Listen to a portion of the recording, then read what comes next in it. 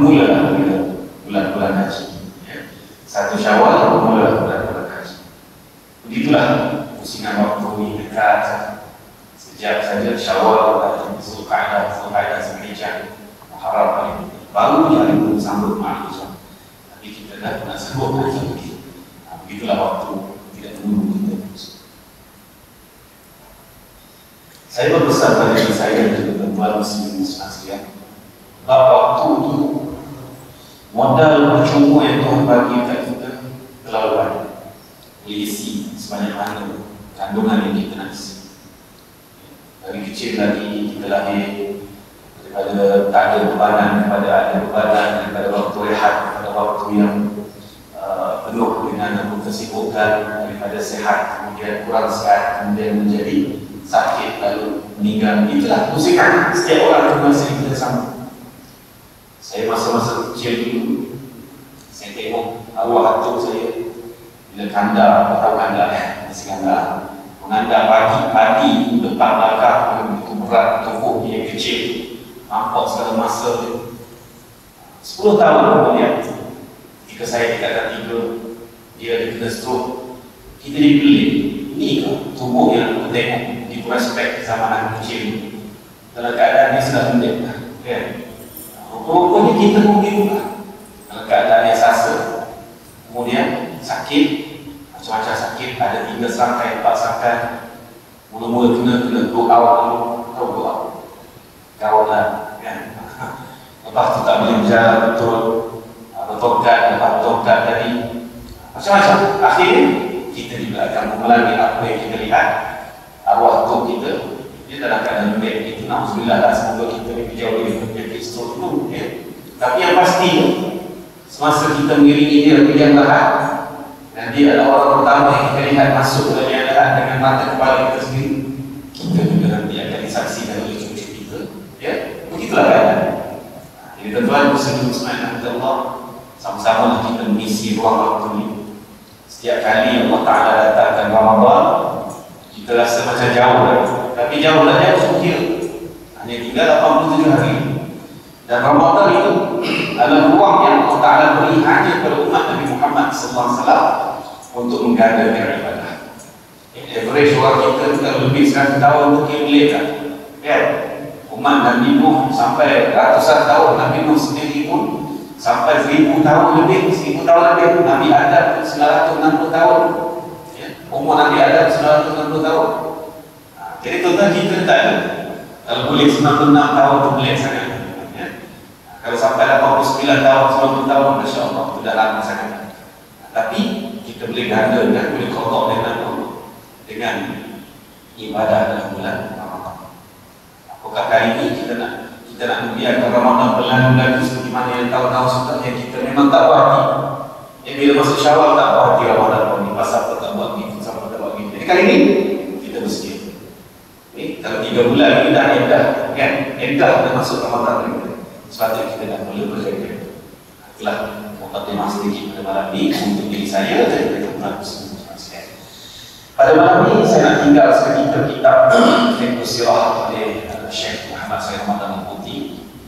Sebaliknya saya nak menyebut pengajaran daripada peperangan yang berlaku pada bulan Jamadil Awal yang kita baru saja ditinggalkan di luar hari ya. Sepatutnya kita bicara dalam Jamadil Awal, namun kalau kita lepas tak terpandang soal perang Mu'tah ini. So, saya mengingatkan perang Mu'tah di Jamadil Akhir, apa tengok ya Allah Jamadil Awal baru. Jadi tuan-tuan, tak apalah, walaupun saya baca juga pada malam ini kisah peperangan Mu'tah ya. Peperangan Mu'tah ialah peperangan paling besar dan hebat yang dilalui oleh tentera-tentera Islam semasa Rasulullah SAW masih hidup. Ia adalah permulaan dan kejayaan umat Islam menakluki negara-negara Kristian selepas itu.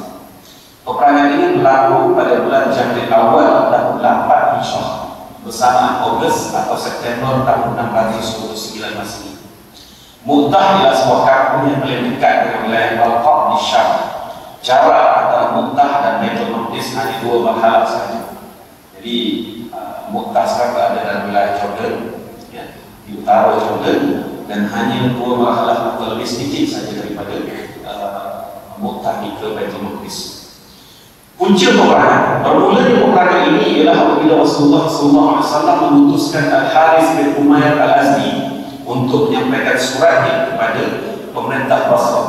Basrah ini adalah kawasan perbandaran yang menjadi tempat persinggahan kepada Kaisar Rom apabila mereka ini hendak pergi beribadah di Baitul Maqdis.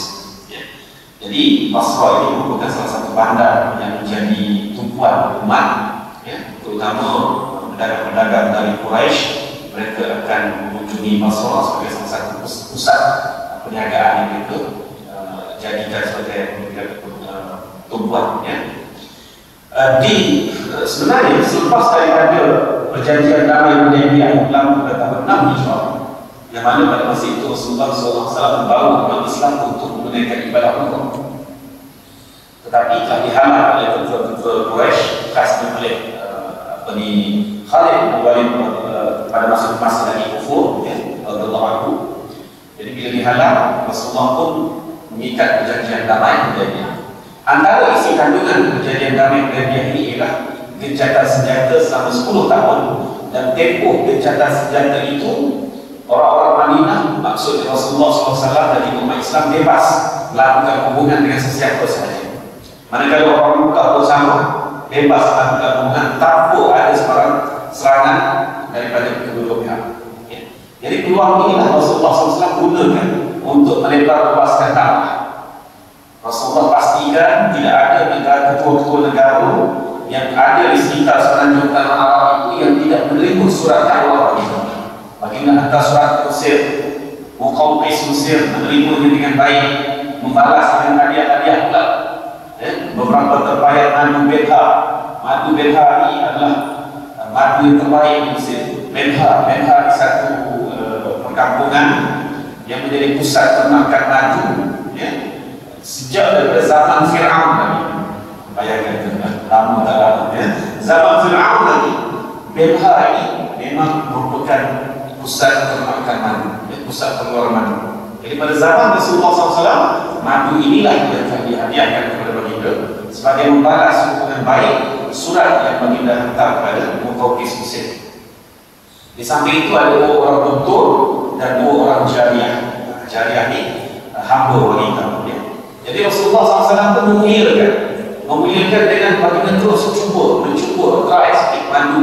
Dan Nabi Rasulullah puji, Masya Allah, madu ini semua sedap, dan madu yang tadi disimpan di Baitul Mal.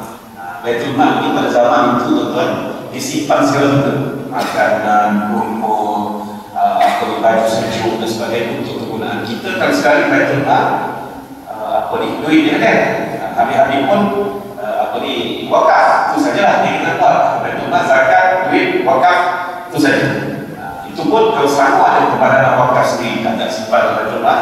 Dulu Baitul Mal ni segala-gala benda yang nak dijadikan keperluan rumah, dulu masuklah tempayan madu tadi, diserahkan kepada Baitul Mal. Doktor Nabi Muhammad menolak. Nabi kata apa? Kami dah ada doktor, dah ada tabib sendiri. Tabib kami yang kuasa, jadi tak apalah kami tak terima lah tabib. Malu penuh diplomasi, dan salah seorang jamiah itu bernama Maryah, Maryah Al-Qibtiyah.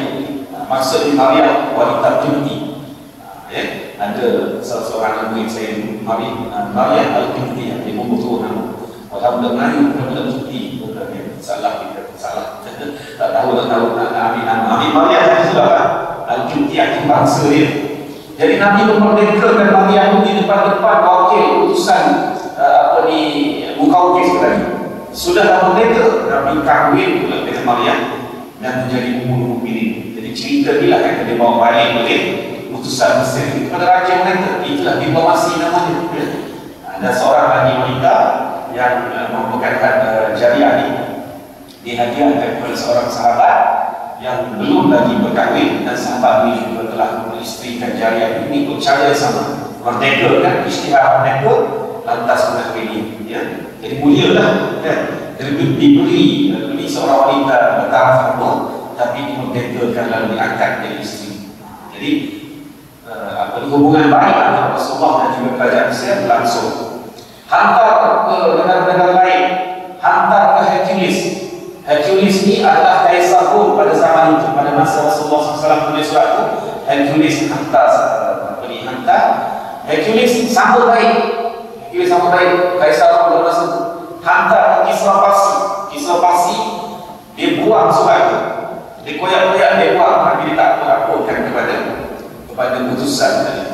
Jadi Kisra Parsi diwakilkan tidak, ya, don't kill the messenger, kan?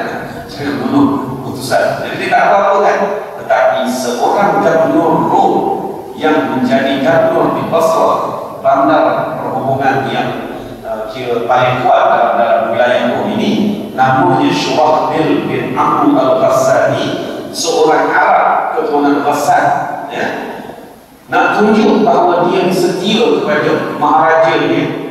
Tiba-tiba Al-Harith bin Umair al-Azdi telah dipancung, ya, dan surat telah dikoyak-koyakkan, dipancung. Sebelum dipancung dianiaya terlebih dahulu. Walhal Hercules menerima baik surat tersebut. Inilah dia golongan yang mampu sana mampu sini, ya. Apabila keadaan itu berlaku, maka adalah menjadi hak kepada kita untuk menuntut diri di atas kematian utusan Rasulullah SAW tadi. Namun Rasulullah menunggu sehingga setahun kemudian, ya. Setahun kemudian, iaitu pada bulan Jamadil Awal tahun 8 Hijrah, barulah Nabi SAW menghantar utusan, ya, iaitu merupakan pasukan tentera yang berjumlah 3,000 orang. 3,000 orang. Jadi 3,000 orang ini diketuai oleh 3 orang panglima.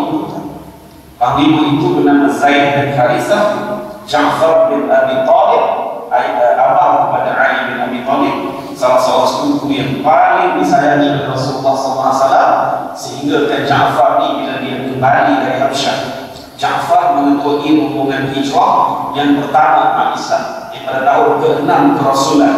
Setelah 6 tahun Rasulullah menjadi Rasul, umat Islam di Mekah yang tidak ada perlindungan ini telah dihantar berhijrah ke Habsyah. Ya. Jadi pimpinan siapa? Ja'far bin Abi Talib. Jadi pada tahun ke-7 hijrah, selepas tamat perang Khaybar, sampailah rombongan hijrah yang pertama ini ke Madinah. Jadi Rasulullah SAW tidak dapat menahan perasaan rindunya kepada Ja'far bin Abi Talib, dan dia memeluk Ja'far dan juga mencium Ja'far bin Abi Talib. Ya. Begitulah Rasulullah kata, aku tidak tahu pada hari ini sama ada aku gembira kerana berjaya dalam peperangan Khaybar menentang Yahudi, ataupun aku gembira kerana kepulangan Ja'far bin Abi Talib.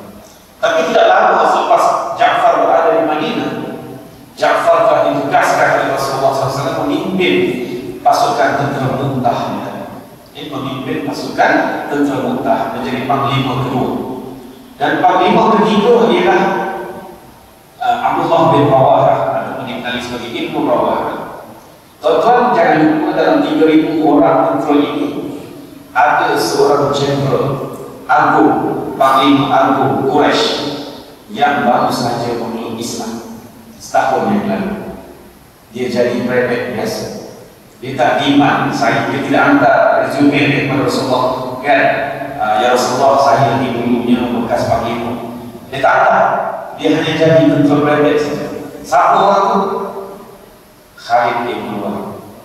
Khalid bin Walid ini, tuan-tuan, pertentangan dia dengan Rasulullah SAW cukup rajis. Dalam perang Badar, dia berdepan dengan Rasulullah SAW dan dia berjaya memperdaya tentera-tentera Islam sehingga hampir-hampir tewas.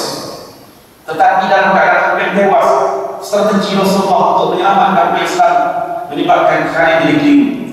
Siapa Muhammad sebenarnya? Ya? Siapa Muhammad? Rekod Muhammad masa di Mekah tak pernah berperang, tak pernah orang baik. Bukannya jadi orang yang jadi lasam dalam medan perang dan sebagainya. Tetapi Muhammad dikenali bukan sebagai al-amin, dan dia adalah seorang yang menjadi wira dalam peperangan ini, perjanjian Al-Futuh, satu perjanjian. Itu rekod Nabi Muhammad. Rekod Mekah dipegang oleh Khalid dalam perang. Tapi dalam perang Uhud, Rasulullah berjaya memperdayakan Khalid. Satu poin untuk fikir. Setahun kemudian dalam peperangan Khandaq, 2 tahun kemudian dalam peperangan Khandaq tahun 5 Hijrah, Khalid juga melihat bagaimana Rasulullah SAW mempertahankan umat Islam dalam keadaan serba kekurangan dengan paling Peperangan Khandaq Parit. Parit itu sepanjang 2,4 km, sedalam 4 meter, selebar 7 meter, dan tanah yang digali tadi ditimbun semula menjadi benteng sebelah umat Islam setinggi 2 meter. Jadi melihat pada strategi ini, Khalid terfikir, siapa Muhammad ini? 44 hari tentera Quraisy yang berjumlah 10,000 orang mengepung umat Islam yang tak sampai 3,000 orang. Akhirnya mereka ditiup angin kencang, baiklah mereka dalam peperangan Khandaq tadi. Dan kali ketiga dia bertempur dengan Rasulullah SAW ialah ketika Hudaybiyah, yang mana dia melihat sepanjang dia mendekat Rasulullah SAW itu dengan tentera-tentera berkuda dia yang siap siaga. Sebenarnya orang Quraisy semasa dalam perjanjian Hudaybiyah itu mereka sudah begitu underdog, mereka sudah begitu lemah, tapi kerana idea Khalid membuat benteng seakan-akan mereka kuat. Dan rupanya Khalid terpedaya dengan, bukan terpedaya, terpesona dengan gerak-gerik umat Islam ketika solat dia. Dan bila Rasulullah SAW datang menunjukkan Umratul Qadha pada tahun 7 Hijrah sebagaimana perjanjian dalam perjanjian Hudaybiyah, Khalid mengikuti Nabi SAW dari kejauhan, ya? Dan Rasulullah sedar Khalid mengikuti dia tahu. Dan adik kepada Khalid namanya Al-Walid bin Walid. Biasalah orang Arab di kelana ramai lelaki, salah seorang lelaki dia tutup nama dia Al-Walid J.A. Al-Walid Junior bin Al-Walid, ya? Jadi Rasulullah SAW pandang kepada Al-Walid bila nak pulang ke Madinah. Walid, tak mungkin melawat abang kamu ke? Katanya apa ni? Katanya Walid, saya tak pergi. Kamu pergi, kata dekat Khalid, tinggal ke sana. Kalau dia tidak ada, tinggalkan ke sana. Saya Al-Walid, adik dia datang ziarah dia. Habis, balik. Betul seperti Rasulullah kata. Al-Walid pergi rumah Khalid. Khalid ada dalam rumah tapi tak keluar. Hanya membantu rumah Khalid biasanya yang keluar. Macam drama lah Ustaz. Drama tu macam cerita benar ni. Ni lah cerita sebenar dia. Dia kata macam drama. Drama tu tiba cerita benar kan. Jadi Khalid kata apa? Dia pesan dekat rumah tuan tak ada. Maka Al-Walid pun dengan jujur je, seperti mana Rasulullah ajar, cakap dekat dia, saya Al-Walid, adik dia datang ziarah dia. Full stop. Balik Al-Walid. Setelah Al-Walid dan Rasulullah dan umat Islam meninggalkan Mekah, balik ke Madinah, Khalid terus mencapai keduanya, mengejar Rasulullah SAW sampai ke Madinah. Di pertengahan jalan, bertemu dengan seorang lagi tokoh politik Quraisy yang terkenal. Siapa dia? Amr bin As radhiyallahu anhu. Amr bin As ni cerita dia lain tu. Apabila umat Islam berhijrah buat kali pertama ke Habsyah, Amr bin As adalah wakil Quraisy untuk pergi lobby supaya Raja Habsyah hantar balik golongan hijrah umat Islam Muhajirin yang pertama ni, kerana mereka ini pengacau, mereka ini begini yang diceritakan. Tetapi Najasyi, ya, Najasyi mendengar hujah-hujah Ja'far bin Abi Thalib, lalu Najasyi membela Ja'far bin Abi Thalib selaku ketua umat Islam. Najasyi bagi pukulan buah keras kepada si Amr bin As. Kata Najasyi, kami bangsa Habsyah, kalau ditakdirkan ada Rasul daripada kalangan kami seperti mana ada Rasul dari kalangan kami, kami berbangga, kami tak akan lawan dia. Khalid terpukul, kena. Lama dia berfikir, Jadi selepas Umratul Qadha Rasulullah SAW, Amr bin As berpecut kuda menuju Madinah. Tak berbakat kat Khalid, tiba-tiba bertemu di tengah jalan, dan mereka berdua ini hampir sampai ke Madinah.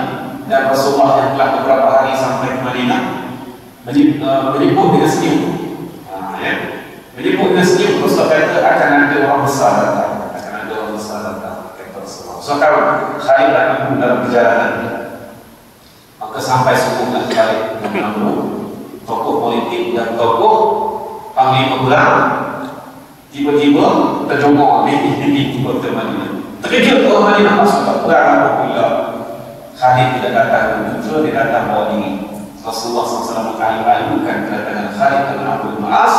Setahun kemudian pada 8 Hijrah, Khalid menyertai tentera Islam buat kali pertama. Khalid tak minta sebarang jawatan, dia hanya jadi pradet saja. Tuan-tuan, sanggupkah seorang jeneral besar nak menjadi pradet? Sanggup? Itulah yang dilakukan oleh Khalid, dan itulah juga dilakukan oleh Amr bin As. Mereka menyertai perang jihad Islam buat kali pertama. Dan Rasulullah SAW, apabila kita nak masuk medan perang, kita kata kita lah, dengan anggapan kita ni bersemangat, ya tak? Bersedia.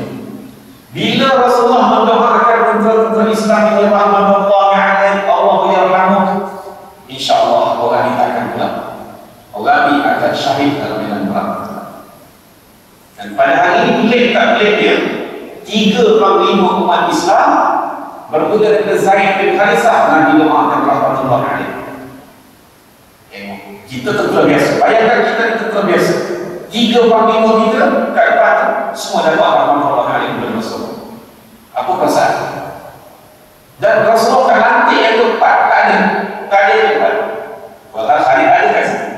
Tak lantik. Rasulullah kata seandainya bendera Islam tak dipegang oleh Zaid bin Harisah, andainya Zaid gugur, Rasulullah minta main andai-andai, jadi kata betul. Andainya Zaid gugur, bendera ini dipegang oleh Ja'far bin Abi Thalib.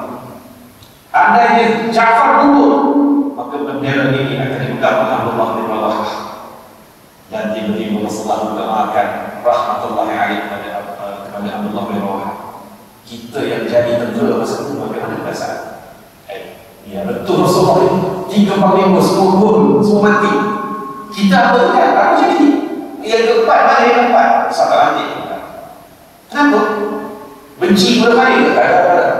Bukan masalah itu. Ramai lagi yang Rasulullah boleh nanti. Abu Ubaidah boleh, tak boleh sabar nanti. Pergilah mereka yang berperang. Sebelum pergi berperang, buat kali pertama Khalid melihat bagaimana tentera Islam disusun daripada dalam tentera Islam sendiri. Ya, macam mana? Rasulullah khutbah Rasulullah SAW memang detail, yang mana Rasulullah kata perangilah di jalan Allah dengan nama Allah akan orang-orang yang mengkufuri Allah. Maksudnya lillahi fisabilillah. Ya. Jangan kamu berkhianat, jangan kamu berubah, jangan kamu bunuh anak-anak dan wanita, jangan membunuh orang tua yang sudah lanjut usia, dan orang yang bersembunyian di tempat di dalam tempatnya, dalam gereja ni, di dalam rumah ibadah ni. Jangan mengontrol pokok-pokok kurma dan pokok kayu, dan jangan meruntuhkan binaan-binaan. Khutbah Rasulullah memberi peringatan sebelum masuk ke medan. Maka berjalanlah tentera-tentera Islam tadi sejauh hampir 1000 km ke atas sana tuan, dalam musim yang begitu panas. Bulan Ogos ni bulan panas. Bayangkan itulah yang mereka terasa hadapi dengan 3,000 orang tentera, bukan menuju ke pusat bandar Baitul Maqdis, bukan, tapi hanya menuju ke Balqa, iaitu tempat tinggal Syurahbil, iaitu gubernur yang telah bertindak di luar batasan diplomatik yang tenang.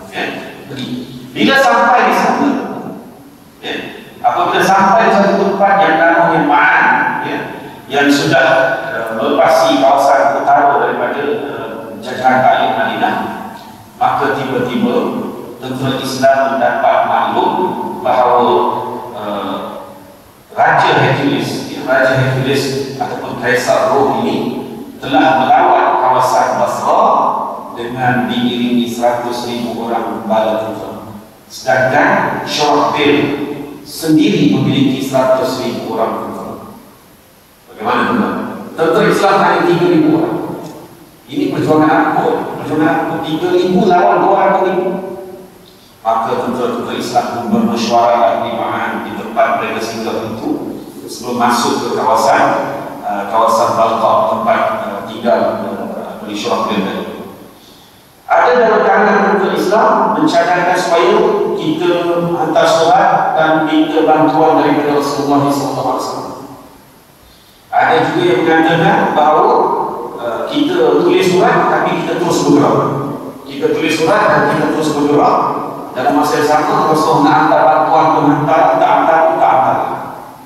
Tapi keputusan dari Abdullah bin Rawahah Panglima ketiga dia kata, tak payah tuliskan. Ini memang Rasul dah hantar kita, dia tahu. Ya? Jadi kata dia, hai kaum, demi Allah, apa yang kamu bencikan itulah punca yang mendorong kamu keluar. Apa ni? Kematian, kesusahan, kesakitan. Kita benci. Tapi itu yang mendorong kita keluar. Selalu daripada situ kita dapat syahid. Bukankah kamu mengimpikan untuk mati syahid? Kita bukan memerangi manusia yang melihat jumlah atau kekuatan atau banyaknya mereka. Kita memerangi mereka hanya berbekalkan dengan agama ini yang telah Allah muliakan kita dengannya. Justru, ayolah kita beredar.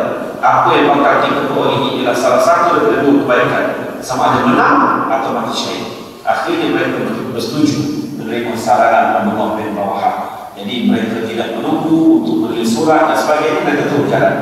Sebab ini arahan Rasulullah SAW. Inilah sami'na wa ata'na para sahabat kepada Rasulullah SAW. Setelah menghabiskan masa selama 2 malam di Ma'an, untuk Islam bermula mara ke bumi musuh. Akhirnya bertemulah mereka dengan ketumbukan raksasa atau Hercules di sebuah kampung bernama Balqa, yang dikenali dengan di sebuah kampung di Balqa yang bernama Masyarif.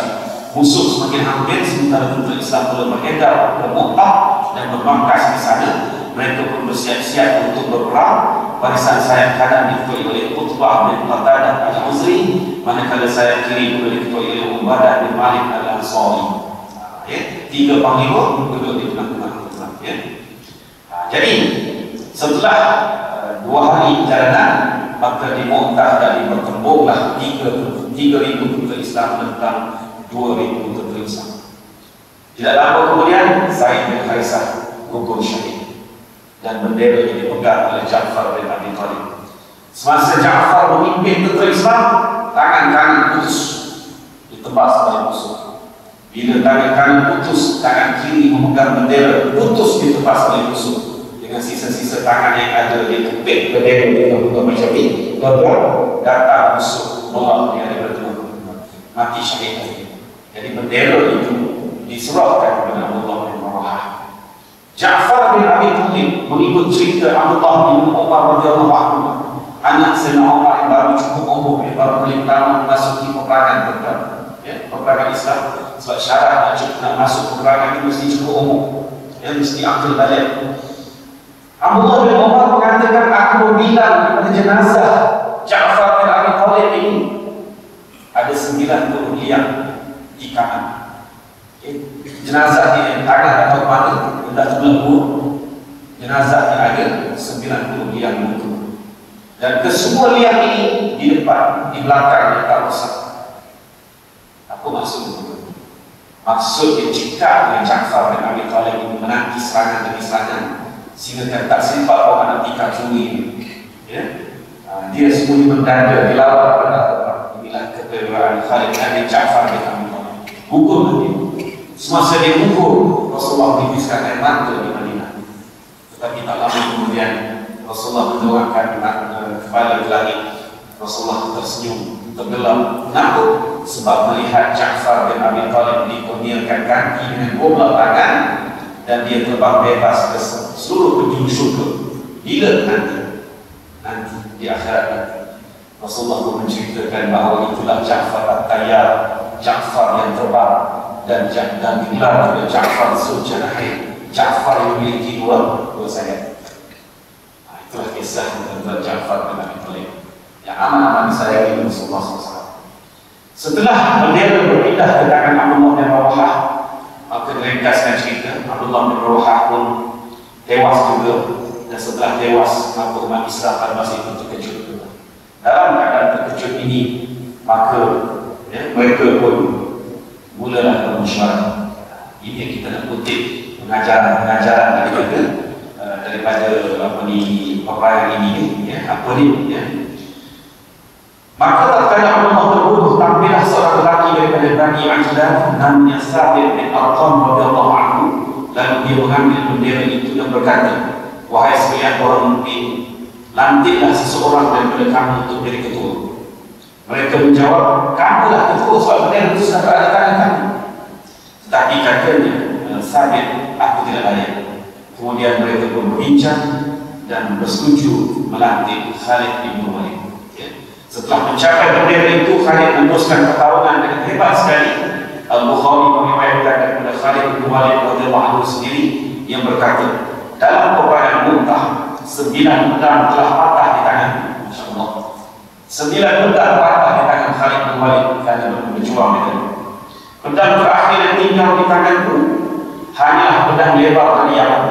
Dan lafaz yang lain dalam peperangan Mu'tah 9 pedang telah pecah di tanganku dan aku bertahan dengan 9 pedang lebar buatan Yaman di tanganku. Ya. Itulah yang terakhir.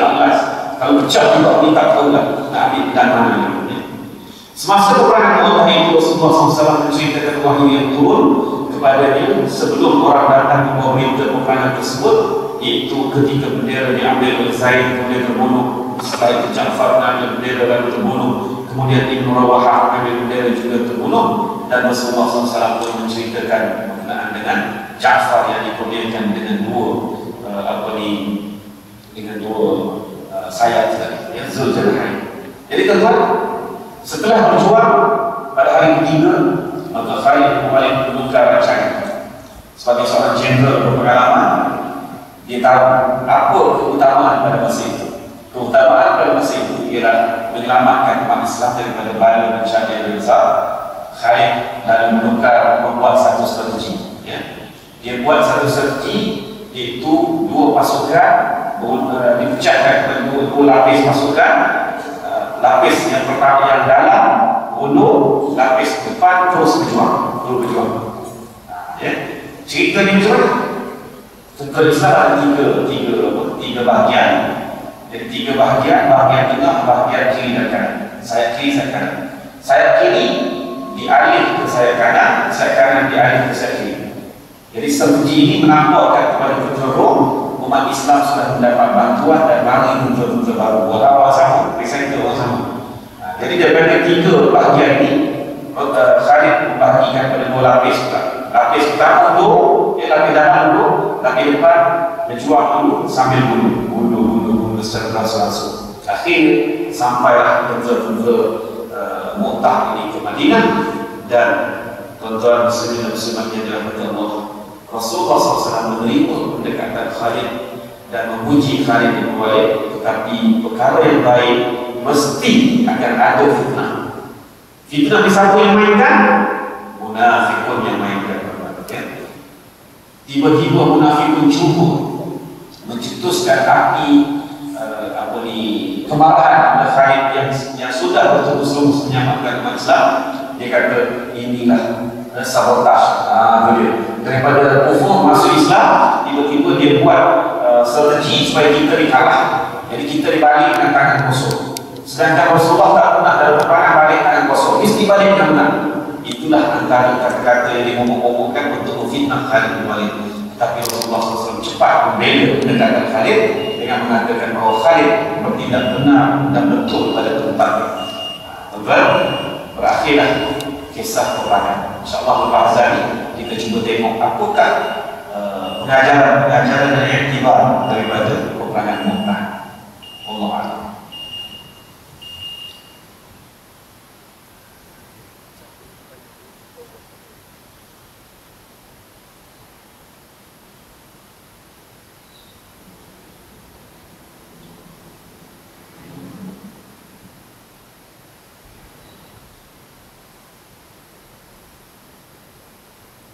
Oh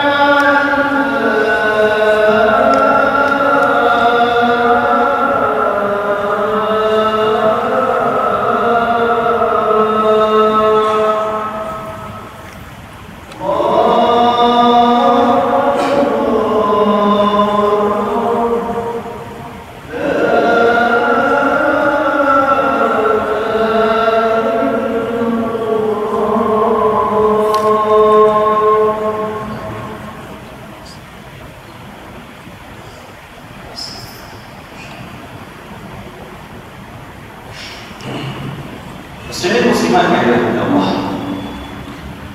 3,000 tentera Islam menentang 200,000 tentera Kristian.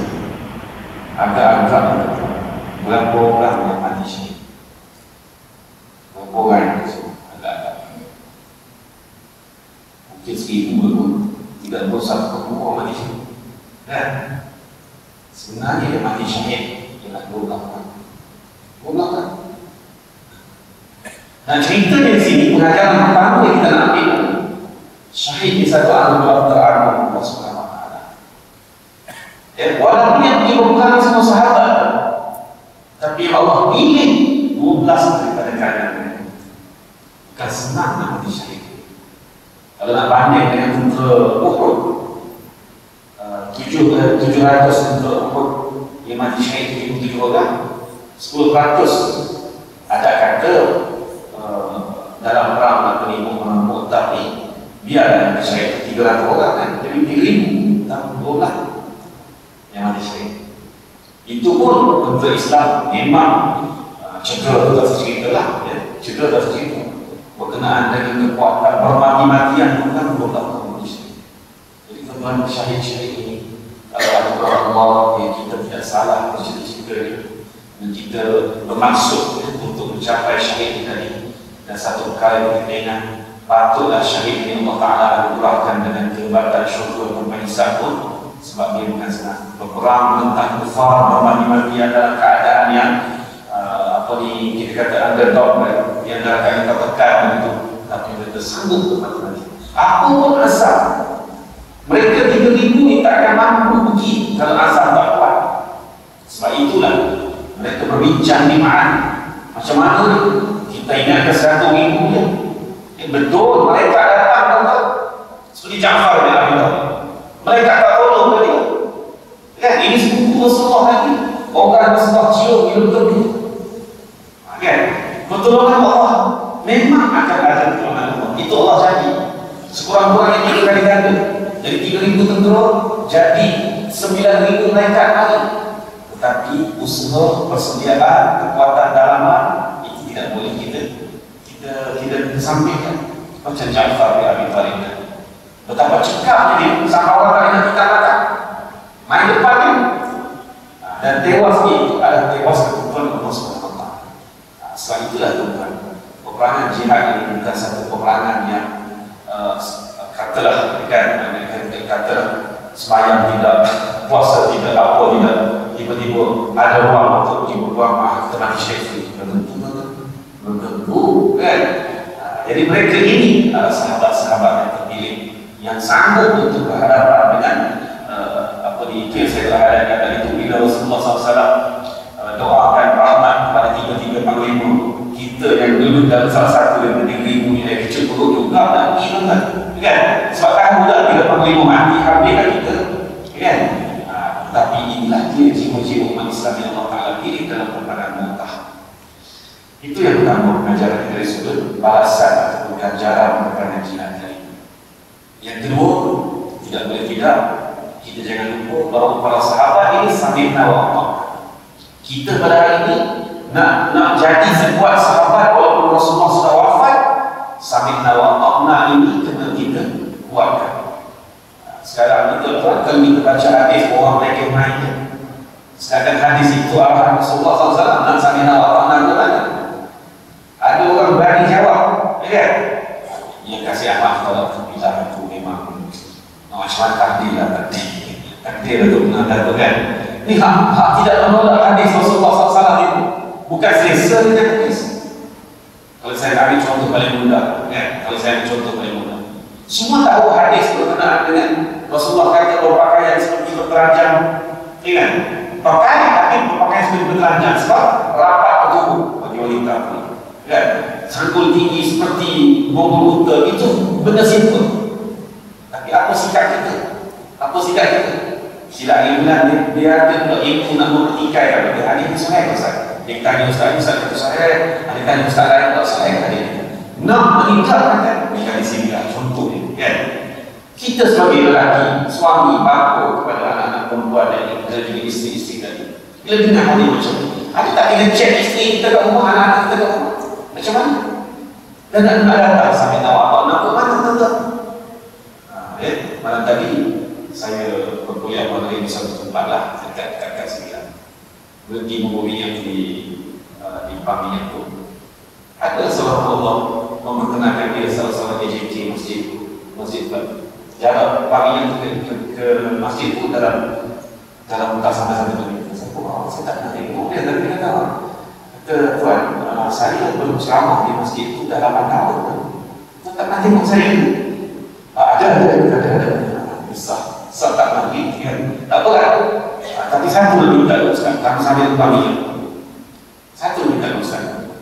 Minta Ustaz-Ustaz yang ceramah ni, masuk Ustaz ni, biar sentuh tentang sosial semasa. Bukan duduk kutuk orang, kritik orang, tuan tak pernah dengar saya ceramah.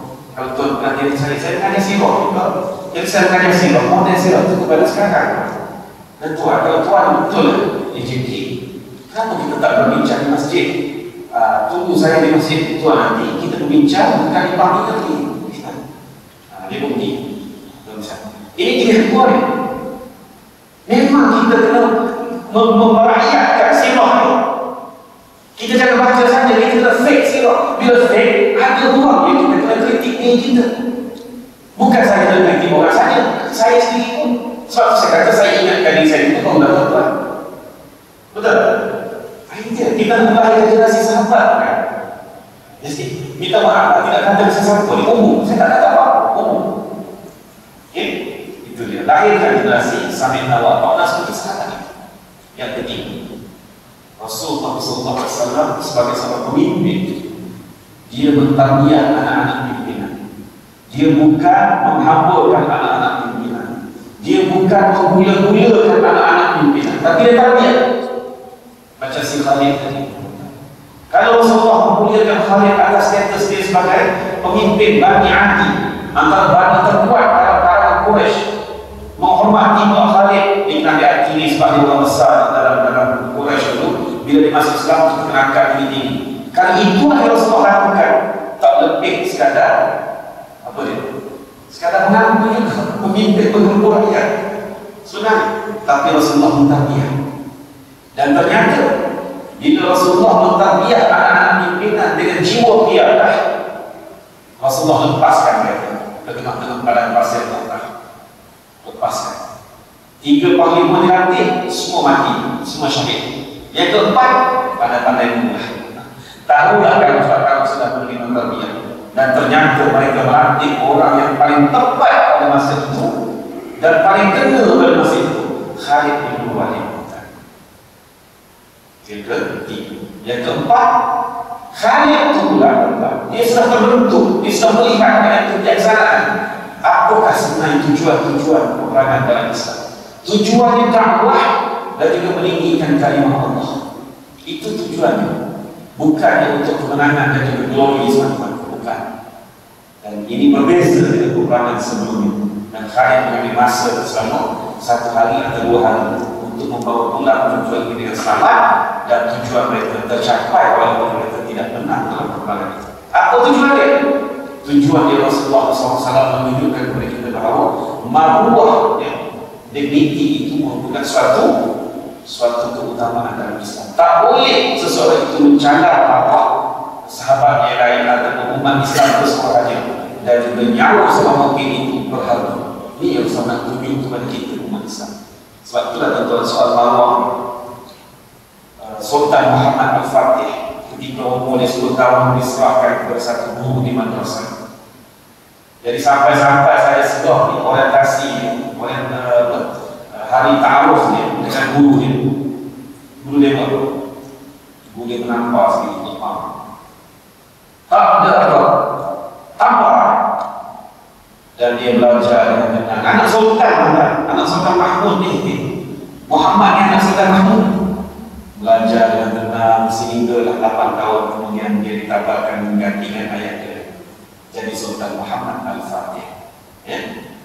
Dia jemputlah Tuk Guru dia ke istana, dan bila Tuk Guru dia sampai, soalan pertama dia tanya, 8 tahun dulu ketika dia mula-mula mendaftar di madrasah, ya, Tuk Guru tampar saya. Tak ada sebab, tak ada apa kesalahan mula mengenal ini, tambah pasal bukan lagi. Untuk boleh jawab. Jadi sekarang tuanku memang ringan-ringan tambah. Memang apa perasaan tuanku sepanjang 8 tahun untuk belajar tentang ini, tapi sudah nampak ni, apa perasaan? Perasaan itu memang tak puas hati, sebab tak tahu sebab kenapa. Maka kata tuan guru, itulah perasaan rakyat yang dianiaya. Saya mendidik tuanku untuk menjadi raja, menjadi sultan, menjadi pemimpin, bukan untuk jadi orang biasa. Jadi pengajaran pertama bagi seorang pemimpin sultan mesti adil. Jangan rampas rakyat tanpa keadilan. Jangan ambil tanpa keadilan. Itulah perasaan rakyat bila hak mereka diambil. Muhammad Al-Fatih mengucapkan terima kasih. Dia faham. Jadi kalau begitu, anak-anak jadi sultan tapar. Mari, siapa ada ruang jadi anak, jadi guru kepada pemimpin-pemimpin yang bakal koalisi pemimpin tak kira mereka itu tambah sekali, betul? Silakan pula. Elok dia naik, kita pun masuk pekan. Itu zaman lalu. Jadi tarbiyah ni kena pada tempatnya. Jadi Nabi Muhammad SAW mentarbiyah Khalid bin Walid bukan di tempat tarbiyah. Dan tarbiyah itu tak perlu Nabi ajar. Khalid ini tidak reaksi Nabi, tidak tahu Nabi itu sendiri sudah cukup untuk mentarbiyah Khalid bin Walid. Itu dari sisi dalam Islam. Sekurang-kurangnya ilmu pengajaran yang saya sebutkan. Kesannya apabila Rasulullah SAW dengan 3,000 tentera berani mencapai tentera Rom, dan tentera Rom tidak mampu nak melayan tentera Islam seperti mana biasa, kesannya bahawa Rom kita sekuat umat Islam yang bermaruah dan beragama dia kuat. Dan ini membuka mata masyarakat Arab di kawasan semenanjung Arab itu apabila mereka mula mendekati Islam, termasuk Bani Ghassan, Bani Syurahbil itu sendiri, ramai yang telah mendatangi Rasulullah SAW dan memeluk Islam. Dan kesan ini membawa kepada implikasi yang cukup jauh. Bila zaman Rasulullah tak, Rasulullah wafat, tapi Rasulullah meninggalkan satu janji bahawa Rom akan runtuh. Rasulullah wafat, tak runtuh lagi. Ganti Abu Bakar 2 tahun setengah memerintah, tak runtuh lagi, tuan-tuan. Umar bin Khattab memerintah 12 tahun, tak runtuh lagi. Utsman bin Affan memerintah 12 tahun juga, tak runtuh lagi. Ganti dengan Bani Abbasiyah, tak runtuh lagi. Bani Abbasiyah 100 tahun. Bani Umayyah 100 tahun. Ganti dengan Bani Abbasiyah, tak runtuh lagi. Di tengah-tengah Bani Abbasiyah barulah munculnya Ayyubiyin, tuan-tuan. Dan daripada Ayyubiyin inilah lahirnya Muhammad Al-Fatih. Berapa tahun? Dekat 500 tahun kemudian barulah runtuh, tuan-tuan, di tangan Muhammad Al-Fatih. Janji Rasulullah itu benar, tapi kemenangan itu tidak diberi segera selagi kita tidak persepsinya. Jadi Rasulullah mencetuskan kemenangan itu pada tahun ke-8 Hijrah ini, dan dikutip hasilnya 400-500 tahun kemudian apabila Rom lepas. Jadi kita berlari nak menang yang cepat, nak menang yang cepat. Sedangkan menang itu mesti ada nasrul minallah. Sebab gabungan itu jelas, nasrul minallahi wa fathun qarib. Pertolongan daripada Allah, kemenangan yang dekat, kemenangan yang mungkin. Inilah semangat yang digunakan oleh saudara-saudara kita di Gaza sekarang, ya. Yang mana mereka ini kalau tanya apa persiapan, mereka berkata fathun qarib. Bila qarib mendekat, bila mereka jawab nasrun minallahi wa fathun qarib. Itu semangat mereka. Kita yang tengok dari luar rasa letih kadang-kadang, sebab dia ada, ya kan? Minggu lepas, malam Jumaat minggu lepas, datang berita mengatakan tentera Israel mengepung Gaza sekali lagi dengan kereta-kereta terbang. Saya rasa sesak nafas ketika kat luar. Tapi hari Sabtu itu datang siaran daripada pihak Gaza sendiri, daripada pihak Hamas mengatakan berita itu tak benar. Alhamdulillah. Tapi bagi orang Gaza sendiri, apa perasaan mereka? Nasrul minallahi wa fathun qarib. Itulah dia. Jadi nasrul minallah ni memang Allah akan turun. Janji Allah betul-betul tepat, benar. Tapi Ramadan macam mana? Ada tak bersiap sikit? Seperti mana tentera-tentera Mu'tah, seperti mana tentera-tentera Muhammad Al-Fatih. Sebut senang, tapi nak melaksanakan itu tuan-tuan memerlukan kehormatan. Itulah pengajaran peristiwa yang berlaku pada bulan Jamadil Awal tahun ini, ya, peperangan Mu'tah. Dan tak lama kemudian dalam bulan Ramadan tahun 8 Hijrah dulu, umat Islam berjaya menggaras satu kemenangan yang gila-gila apabila Makkah akhirnya dapat dibuka, ya, di Fathu Makkah pada 10 Ramadan tahun 8 Hijrah. Jadi pada Jamadil Awal kita balik ke Madinah semula, Jamadil Akhir, Jamadil Akhir Rejab, Sya'ban, Ramadan itu juga lah tuan Allah Ta'ala berikan kemenangan Fathu Makkah tadi, ya. Dan kalau kita lihat Fathu Makkah ini kemenangan yang gila-gila lebih besar daripada kemenangan menentang Rom tadi, ya. Jadi pengajaran-pengajaran dalam fiqh sirah ini kita akan teruskan insya-Allah berdasarkan kitab fiqh sirah oleh Syekh Muhammad Said Ramadan Al-Buti Al-Mahmud. Dan pada malam ini cuma saya berikan seketika kitabnya untuk membaca kisah peperangan Mu'tah sempurna dengan bulan Jamadil Awal yang baru saja bulan ini. Jadi ada lagi masa dan Jamadil Akhir, saya akan sebutlah semasa Wallahu ta'ala a'lam. Kita tutup dengan tasbih kafar dan juga surah Subhanallah.